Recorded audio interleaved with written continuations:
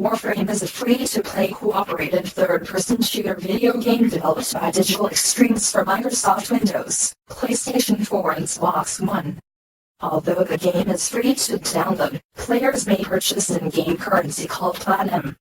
In Warframe, players control members of the Tenno, a race of ancient warriors who have awoken from centuries of cryosleep to find themselves at war with the Grittier, a race of militarized humanoid clones, the Corpus, a mega-corporation of advanced robotics and laser technology, and the infested, disfigured victims of the Technacide infection.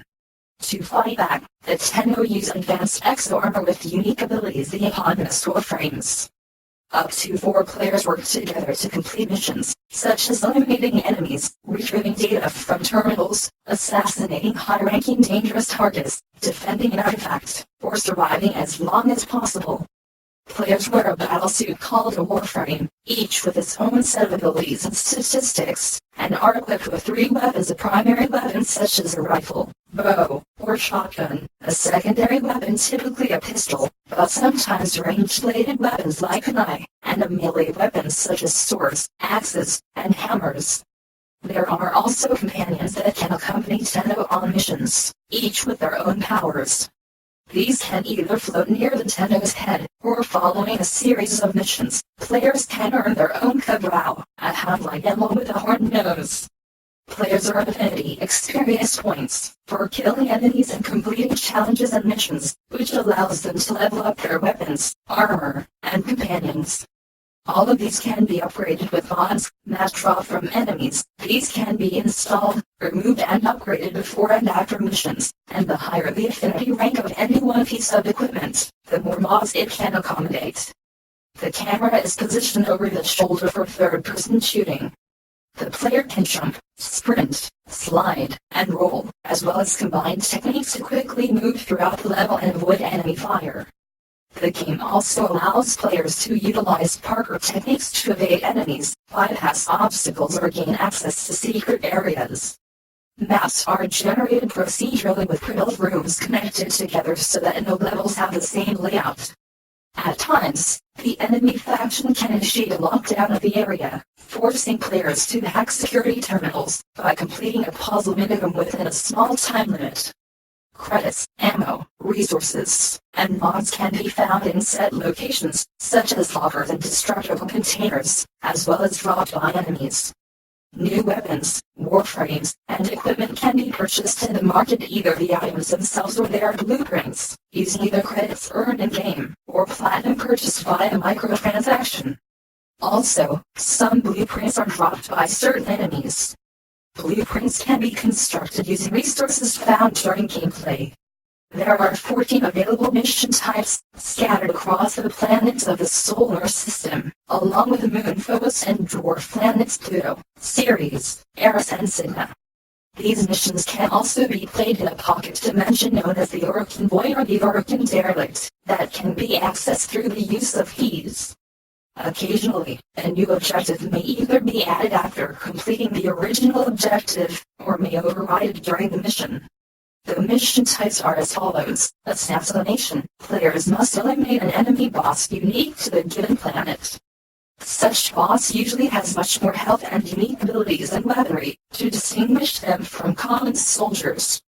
Capture. Players must find the VIP targets within an enemy ship or stronghold. Once a VIP is located, it must be incapacitated before then being captured.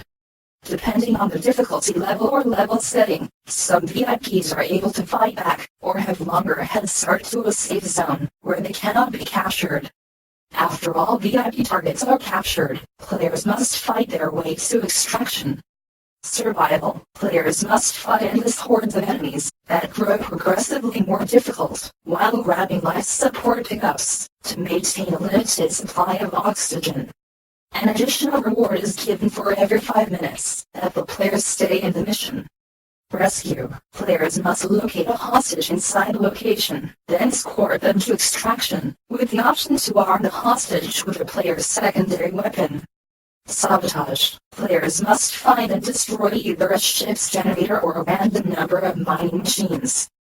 Deception. Players must take a data mask to the ship's navigation core, upload the data mask to the target, and then escape to extraction. Spy. Players must locate and hack a number of terminals located in high-security rooms. If player is detected in a high-security room, alarms will sound, and the information on the terminal related to the room will be destroyed in a matter of seconds. Defense. Players must protect an artifact from waves of enemies. The waves become more difficult each time, and every 5 waves there is an opportunity for extraction with an additional reward. Mobile defense. Players take a data mask and must find their way through the ship outpost to a set number of consoles, activate them, and defend them from waves of enemies for multiple minutes. Extermination. Players must wipe out all hostiles in the level, with a number remaining displayed on the upper left below the minimap. Infestation or invasion. Players will team up with either the Grineer or the Corpus in order to fight against an opposing faction. It was first offered through the Greatest Dilemma event held in October 2013. Main rewards are offered as a battle pay, given after completing the mission either 3 or 5 times depending on the request. Recovery. Players must retrieve their captured gear and get to extraction after being captured by the Harvester. Interception. Players must capture 4 towers, used to intercept data transmissions, and defend them from the enemy. After 100% of the transmission has been decoded, the players must kill all remaining enemies and are then given an opportunity to extract with an additional reward. Hijack. Players must take control of a Grineer Fomorian-class ship core and lead it through a set of tracks for destruction in deep space. Introduced in the 10th Res Doom event. Hive. Players must traverse throughout a Corpus ship that has been taken over by the infested in the modified Sabotage mission. Instead of 1 target, however, there are 3 hives that must be destroyed before extraction, each of which transfers special hazards to the map upon destruction. Introduced in the Breeding Grounds event. Alongside the set missions on a given planet are alert missions. These are modified missions, which temporarily replace a default mission on a given point on the map, but are only available for a limited window of time from 30 minutes to up to 24 hours. These missions are often more difficult, but have increased credit rewards, along with occasional special rewards such as rare equipment, blueprints, or resources. Alert missions will also frequently instance the infested enemies, which do not typically appear on the solar map. Another mission modifier is Nightmare Mode identified by the star in-game, which greatly increases the difficulty of a pre-existing mission through a multitude of mutators, while keeping the original mission type and faction intact, but rewards players with unique modifications with dual stat effects. In Nightmare Mode, players may have to complete the mission without a shield, while constantly losing health or energy, or reduced gravity, among others. There are currently 4 major factions presented in Warframe, 3 of which serve as enemy factions. The playable faction is the Tenno descendants of warriors from the bygone Orcan era. Following an unspecified war, the surviving Tenno were cryogenically preserved for centuries, before being awakened by the Lotus voiced by Rebecca Ford, community manager of Digital Extremes, a mysterious though benevolent figure, who guides them during missions. The Tenno are extensively trained in the use of Warframes, suits that grant the various abilities for combat and support. The primary antagonistic faction is Grineer Empire, fascistic, militaristic groups, who dominate the solar system. Relying on mass cloning and cybernetic enhancement, they primarily use sheer numbers to overwhelm and overpower their foes, occasionally supporting their troops with specialized or heavily armed soldiers. The second major enemy faction is Corpus, a proto-corporation who control the trade routes across the solar system and reverse engineer their technology from any working artifacts or warframes they find, viewing said artifacts as a resource exploited at any cost. As a result, their soldiers, while frail compared to their Grineer counterparts, are equipped with advanced technology and are assisted by sophisticated mechanical drones. Infested is the last enemy faction. Being victims of the technacide infection, largely unfortunate Grineer and Corpus soldiers, they have been warped into monstrous abominations. Much like the Grinder, they rely heavily on sheer numbers to overwhelm their targets but lack any significant ranged abilities. Occasionally scattered, the infested swarms are ancients, individuals in much more advanced stages of infection and endowed with unique abilities.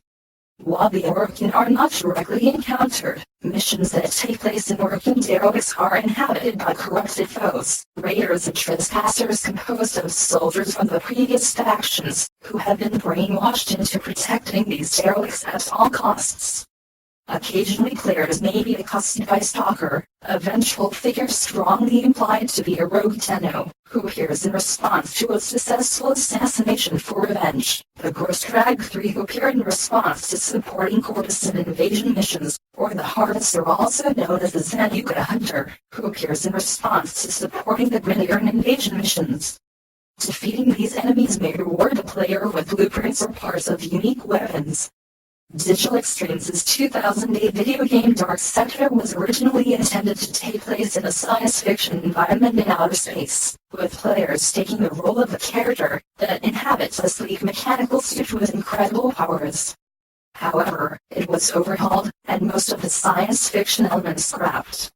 In 2012, Digital Extremes announced they were working on Warframe, which borrows heavily from the original Dark Sector concept, with character and level design as well as various names making a reappearance. Digital Extremes started the Warframe closed beta on October 24, 2012. Since then it has had several version and hotfix releases, and the game was launched out of beta on March 25, 2013. A PlayStation 4 version was also developed, and was released at the console's launch in November 2013, while the Xbox One version of the game launched on September 2, 2014. The game has received mixed or average reviews by critics, holding the score of 68/100 on Metacritic, based on 9 reviews. The PS4 version of the game has also received mixed or average reviews, holding the score of 64/100 on Metacritic. GameZone's Mike Splitton gave the PS4 version an 8.5/10, stating if you already enjoy games like Monster Hunter, which require you to farm for items in order to craft better ones, Warframe follows that very same formula, except with much more satisfying and faster-paced combat. IGN gave the game 7.0, praising the game's co-op,